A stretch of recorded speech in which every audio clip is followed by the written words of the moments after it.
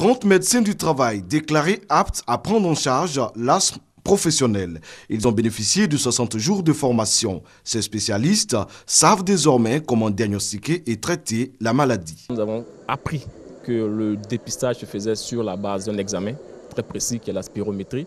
Et c'est à partir de cette spirométrie-là que nous sommes à même de pouvoir identifier le caractère de cet asthme-là et d'y apporter le traitement adapté. Mettre en place des attitudes, des actions afin de prévenir la survenue de ces pathologies.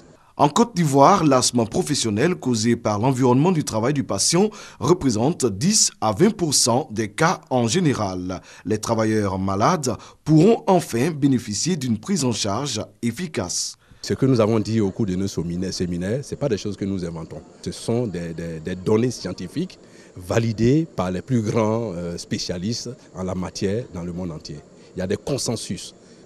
Et même lorsque vous êtes sûr que votre malade est asthmatique, il faut quand même que, de façon régulière, vous lui faites une spirométrie parce que c'est l'examen qui va vous permettre soit de diminuer son traitement, soit d'augmenter, soit même à un moment donné de dire que ce malade est vraiment bien stabilisé.